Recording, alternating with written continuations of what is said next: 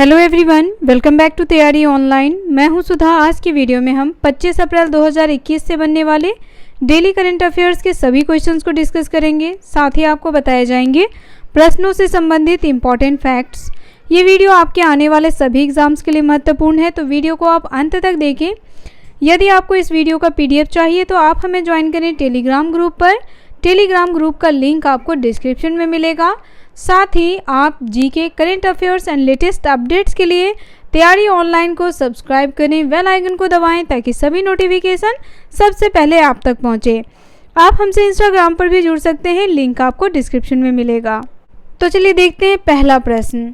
NASA के perseverance rover ने किस ग्रह के वायुमंडल से कार्बन डाइऑक्साइड को शुद्ध करके ऑक्सीजन में बदलकर इतिहास रच दिया है? तो देखिए, यह किया गया है मंगल ग्रह पर। मंगल ग्रह पर वायुमंडल से कार्बन डाइऑक्साइड को लेकर के उसे ऑक्सीजन में बदला गया है। ऑप्शन नंबर ए इसका करेक्ट आंसर है। इम्पॉर्टेंट फैक्ट्स देखिए, तो अमेरिका की अंतरिक्ष एजेंसी है नासा। नासा के परसिवरेंस रोवर ने मंगल ग्रह के वायुमंडल से कार्बन डाइऑक्साइड को शुद्ध करके ऑक्सीजन में बदलकर इतिहास रच दिया है। लेकिन मंगल ग्रह पर बहुत कम मात्रा में ऑक्सीजन तैयार हुआ है। यह उपलब्धि दूरगामी मानी जा रही है। Next question. 115 देशों की ऊर्जा रूपांतरण सूचकांक में भारत कौन से स्थान पर रहा है? तो देखिए, भारत रहा है 87वें स्थान पर। 115 देशों की ऊर्जा रूपांतरण सूचकांक में भारत का स्थान 87वां है। चलिए इंपॉर्टेंट फैक्ट्स देखें, तो यहाँ देखिए, विश्व आर्थिक मंच WEF के द्वारा जारी 115 देशों की ऊर्जा रूपांतरण सूचकांक में भारत 87वें स्थान पर है। इस सूचकांक में टॉप 10 देशों में पश्चिमी और उत्तरी यूरोप के देश हैं, जबकि पहले स्थान पे है स्वीडन, दूसरे स्थान पे है नॉर्वे और तीसरे स्थान पे है यूरोप। नेक्स्ट क्वेश्चन है, कोरोना के इलाज के लिए हाल ही में जायडस कोडिला कंपनी की दवा को वयस्कों पर इस्तेमाल के लिए किसने मंजूरी दी है? यह मंजूरी दी गई है drugs controller general of India के द्वारा। ऑप्शन नंबर सी इसका करेक्ट आंसर है। इंपॉर्टेंट फैक्ट्स देखिए, drugs controller general of India ने हाल ही में कोरोना के इलाज के लिए जायडस कोडिला कंपनी की दवा को वयस्कों पर इस्तेमाल के लिए इमरजेंसी मंजूरी दे दी है।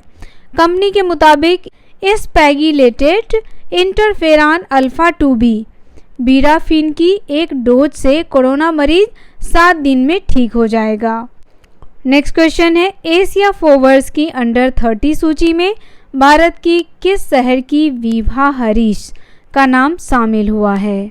विभा हरीश है बेंगलुरु से। ऑप्शन नंबर डी इसका करेक्ट आंसर है। इन्हें एशिया फॉरवर्ड्स की अंडर 30 की सूची में शामिल किया गया है। इंपॉर्टेंट फैक्ट्स देखिए, तो 25 साल की उम्र में कॉस्मिक्स के नाम से अपने स्टार्टअप की शुरुआत उन्होंने की।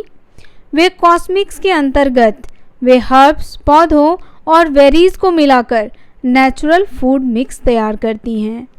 नेक्स्ट क्वेश्चन, भारतीय पर्वतारोही अनीता कुंडू ने लगातार 24 घंटे चढ़ाई करके 6119 मीटर ऊंचाई वाले किस पर्वत पर तिरंगा फहराया है? तो उन्होंने लोबूचे पर्वत पर तिरंगा फहराया है। ये भारतीय पर्वतारोही हैं। चलिए इनसे रिलेटेड इंपॉर्टेंट फैक्ट्स देखें, तो यहाँ देखिए, 12 साल की भारतीय पर्वतारोही अनीता कुंडू ने लगातार 24 घंटे चढ़ाई करके 6119 मीटर ऊंचाई वाले नेपाल की सबसे खतरनाक चोटी लोबूचे पर्वत पर तिरंगा फहराया है। उन्होंने विश्व में 8000 से ज़्यादा ऊंचाई की 14 चोटियों पर चढ़ाई की है। नेक्स्ट क्वेश्चन है, इनमें से कौन सी भारतीय अमेरिकी महिला अमेरिका की पहली भारतीय अमेरिकी एसोसिएट अटॉर्नी जनरल के तौर पर कार्य करेंगी? तो वो हैं Banita Gupta. Option number B इसका करेक्ट आंसर है। बनीता गुप्ता भारतीय अमेरिकी महिला हैं और वह पहली भारतीय अमेरिकी एसोसिएट अटॉर्नी जनरल बनी हैं।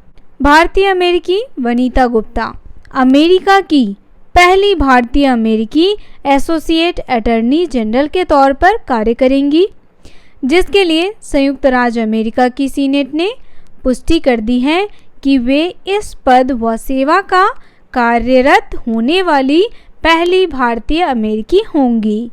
नेक्स्ट क्वेश्चन है, वित्त वर्ष 2022 के लिए किस कंपनी के अध्यक्ष के रूप में रेखा मेनन को नियुक्त किया गया है?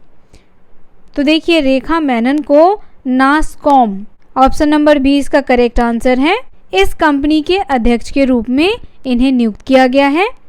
चलिए इंपॉर्टेंट फैक्ट्स देखें तो यहाँ देखिए, वित्त वर्ष 2022 के लिए NASSCOM national association of software and services company के अध्यक्ष के रूप में हाल ही में एक्सेंचर इंडिया की प्रमुख रेखा मेनन को नियुक्त किया गया है। Next question, publication house Aspire media और एंटरप्रेन्योरशिप मीडिया ने किस देश में small enterprises USA portal launch किया है? यह पोर्टल लॉन्च किया है अमेरिका ने। ऑप्शन नंबर सी इसका करेक्ट आंसर है।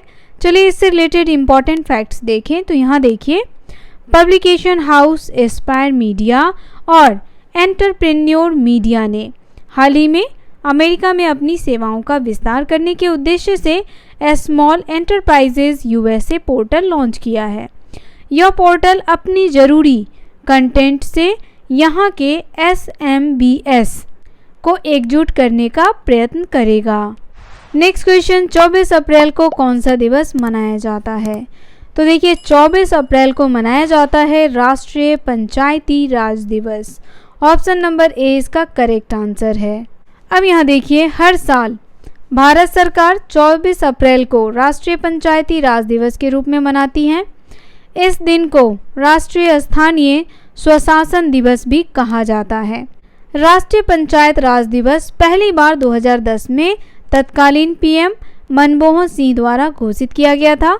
इस दिन को हर साल पंचायती राज मंत्रालय द्वारा चिन्हित किया जाता है।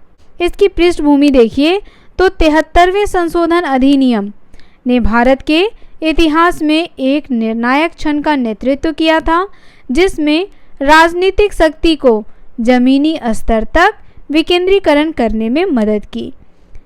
इसने गांव, मध्यवर्ती और जिला स्तर की पंचायतों के माध्यम से पंचायती राज को संस्थागत रूप दिया। नेक्स्ट क्वेश्चन, पृथ्वी दिवस शिखर सम्मेलन क्या है? तो देखिए, जैसा कि आप क्वेश्चन देख रहे होंगे, पृथ्वी दिवस शिखर सम्मेलन की बात हो रही है, तो यहाँ बात हो रही है हमारे पर्यावरण की सुरक्षा की, हमारे पृथ्वी को बचाने की। और इसे कैसे बचाया जा सकता है?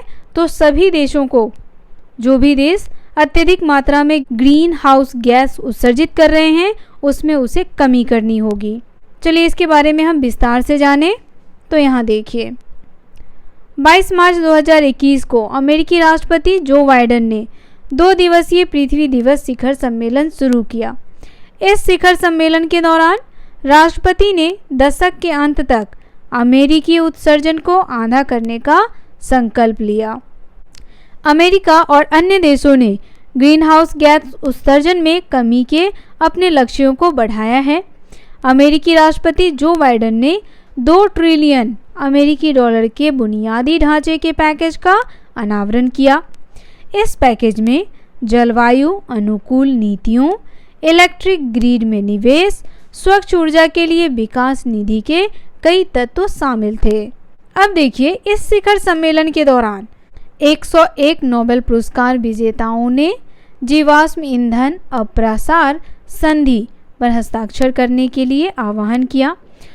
उन्होंने एक पत्र प्रस्तुत किया जो जीवाश्म ईंधन को चरणबद्ध तरीके से बाहर करने पर केंद्रित है। बौद्ध नेता दलाई लामा भी इस पत्र के हस्ताक्षरकर्ताओं में से एक हैं। साथ ही अन्य नेताओं ने शिखर सम्मेलन के दौरान ग्रीन हाउस गैस उत्सर्जन को कम करने के लिए अपनी प्रतिबद्धता की घोषणा की है। वर्तमान परिदृश्य देखिए तो कोविड-19 रिकवरी पैकेज में जीवाश्म ईंधन के लिए अमेरिका के पास सबसे अधिक सार्वजनिक फंड प्रतिबद्ध है। अमेरिका के प्रति व्यक्ति जीवाश्म ईंधन की खपत 66,525 मेगावाट प्रति घंटे थी और भारत में 6303 मेगावाट प्रति घंटे। अमेरिका में जीवाश्म ईंधन क्षेत्र को 20 बिलियन अमेरिकी डॉलर की प्रत्यक्ष सब्सिडी मिलती है। इसमें 20% कोयला और 80% कच्चे तेल और प्राकृतिक गैस को शामिल किया गया है। तो करेंट अफेयर्स से रिलेटेड आज की ये जानकारी आपको कैसी लगी, आप हमें कमेंट करके अवश्य बताएं। यदि आप हमारा सपोर्ट करना चाहते हैं तो चैनल को सब्सक्राइब करें, वीडियो को ज़्यादा से ज़्यादा अपने दोस्तों को शेयर करें। वीडियो पसंद आया हो तो इसे लाइक करें, बेल आइकन को दबाएं कि सभी नोटिफिकेशन सबसे पहले आप तक पहुंचे। तो मिलते हैं आपसे नए दिन नए प्रश्नों के साथ, तब तक के लिए आप सभी का धन्यवाद।